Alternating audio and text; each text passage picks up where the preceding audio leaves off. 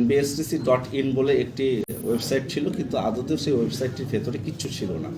তো আমরা সেটাকে একদম আপগ্রেড করে একটা এজেন্সিকে দিয়ে আমরা এটা তৈরি করলাম এবং সেখানে যাবতীয় আপ টু ডেট ইনফরমেশন আমরা দেওয়ার চেষ্টা করেছি এবং প্রতিনিয়ত সেটা আপডেট হতে থাকবে। সময়ের সাপেক্ষে আমাদের স্ট্যাটিস্টিক্যাল ইনফরমেশনগুলো থাকবে যে পার মান্থ আমরা কোন মাসে কত আর্ন হলো, কত কিলোমিটার গাড়ি চললো, সেগুলো যেমন থাকবে।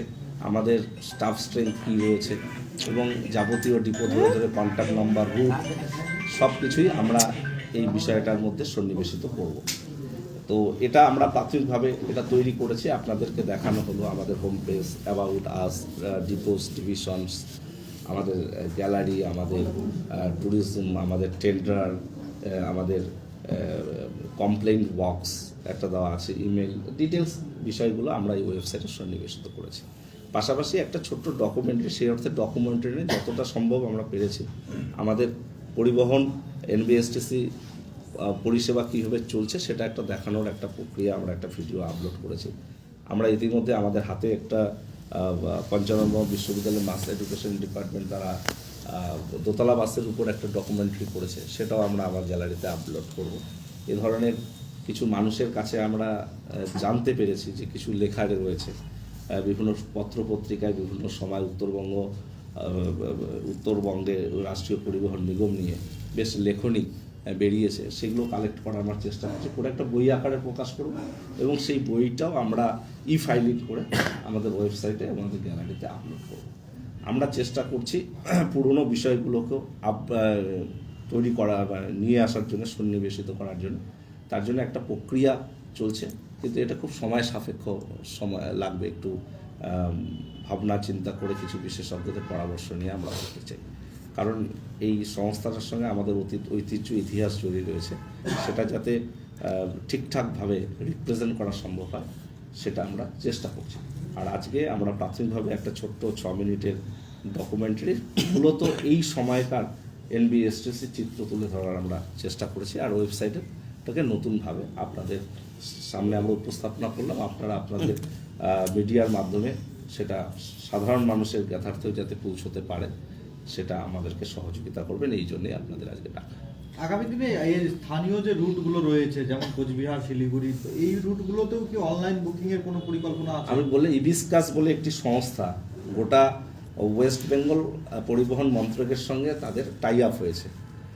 গোটা পরিবহন মন্ত্রকের যতগুলো এসটিইউ আছে, আমাদের মতো পরিবহন নিগম রয়েছে, তাদের কাজ তারা শুরু করেছে। ইতিমধ্যে আমাদের এনবিএসটিসি তারা কাজ শুরু করেছে, সমস্ত কিছুই অনলাইন এবং টিকিটিং সিস্টেম আসছে।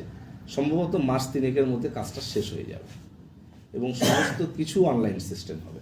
একদম অনলাইন ভেহিকেল ট্র্যাকিং সিস্টেম থেকে শুরু করে ট্রেনে আপনারা যেভাবে দেখেন যে আপনি ট্রেন নাম্বার নেম দিলে আপনি গাড়ির লোকেশন বুঝতে পারেন যে এটা এখন এই স্টেশনে রয়েছে।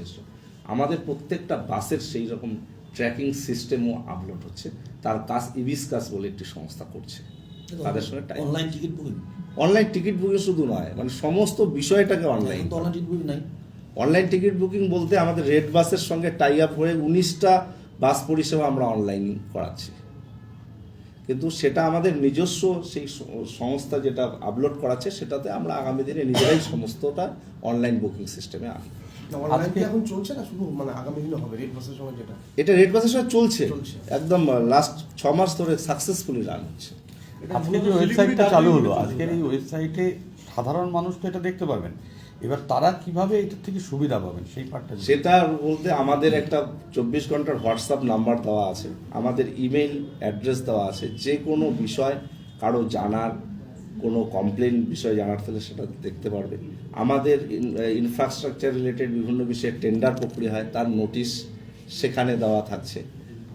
প্রত্যেকটা ডিপোর ডিআইদের কন্ট্যাক্ট নাম্বার দেওয়া থাকছে। আপনি শিলিগুড়িতে যাবেন কোচবিহার থেকে, সেখানে কখন কখন বাস ছাড়ে, কোন কটা বাস চলে, তার ডিটেলস পিডিএফ ফাইল ডাউনলোড করতে পারবেন। এই বিষয়গুলো সমস্ত কিছু এখানে দেওয়া আছে। তার মানে আমার নিগমের অধীনে যতগুলি ডিপো আছে এবং যত বাস চলে তার টোটাল টাইম টেবিলটা এখানে, টাইম টেবিলটা আমরা ডিপো ধরে ধরে দিয়েছি, রুট ধরে ধরে। অনলাইন টিকিট বুকিং তাহলে 1 বছর লাগবে না টোটালটা? ওরা আমাদেরকে 3 মাস সময় নিয়েছে, এখন বলছে মানে কাজ শুরু করেছে 3 মাস আগে, 6 মাসের টোটাল সময় নিয়েছে। ওদের ডেডলাইন মার্চে শেষ হবে, মানে মার্চের মধ্যে করার কথা।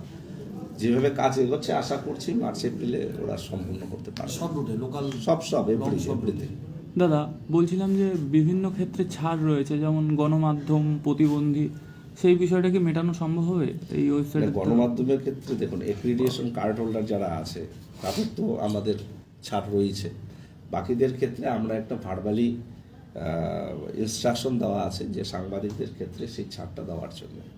এবং প্রতিবন্ধী বা বেশ কিছু গরিব ছাত্র বা ডায়ালিসিস করে এই ধরনের পেশেন্ট, তারা আমাদের মাঝে মাঝে আবেদন করে, আমরা স্পেশাল কেস থেকে তাদেরকে অ্যালাউ করি বা তাদের কার্ড বানিয়ে দিই। না, ওয়েবসাইটের ক্ষেত্রে সুযোগ সুবিধা পাবে কি তারা ওয়েবসাইট দিয়েও? ওয়েবসাইট দিয়ে কন্ট্যাক্ট করলে আমরা তাকে পরিষেবা দেওয়ার চেষ্টা করব। দাদা বলছি নতুন বাসের কিছু পরিকল্পনা ছিল, সেগুলো কতদূর রয়েছে? না, আমাদের আমি তো বলেছি 6 কোটি টাকা আমরা একটা পেয়েছি। আমাদের ওই গ্যাস সার্ভিস সেন্টার তৈরি করার জন্যে প্রস্তাব আমরা পাঠিয়েছি, সেগুলো অ্যাপ্রুভড হয়ে গেছে। সেই কাজগুলো চলতে থাকবে, কিন্তু সেটা সময় সাপেক্ষ। কিন্তু বহরমপুর টু কলকাতা রুটে আমরা প্রাথমিকভাবে গ্যাস সার্ভিস চালাবো, সিএনজি বাস, কারণ সেটা আমরা বর্ধমান এবং কলকাতায় সেই গ্যাস সেন্টারে আমরা ফিলিং করাবো। সেটা আমরা খুব অল্প সময়ের মধ্যে চালু করতে চাই। বাসগুলো এর মধ্যে আমাদের কেনার প্রক্রিয়া শুরু হয়েছে। কিছু কর্মী সংকট রয়েছে আপনি বলেছিলেন, সেগুলো কি এর মধ্যে কিছু দেখুন, কর্মী সংকট নিয়ে এই মুহূর্তে সরকার যখন আমাদেরকে এনওসি দেবে নিয়োগ করার, আমরা তখন নিয়োগ করব। কিন্তু যতদিন হচ্ছে না ততদিন পর্যন্ত আমরা কোনো রুটকে বসিয়ে রাখবো না। কর্মীর অভাবে যাতে রুটগুলো বসে না থাকে, সেক্ষেত্রে আমরা ফ্র্যাঞ্চাইজি, ফুল ফ্র্যাঞ্চাইজি দিয়েও গাড়ি চালাবো। কতগুলো রুটে দিচ্ছেন আপাতত? আপাতত 50টা রুটে চলছে, আরও 50টা দেওয়ার পরিকল্পনা আছে। 6 কোটি টাকা সিএনজি বাস কেনার টাকা দিয়েছে।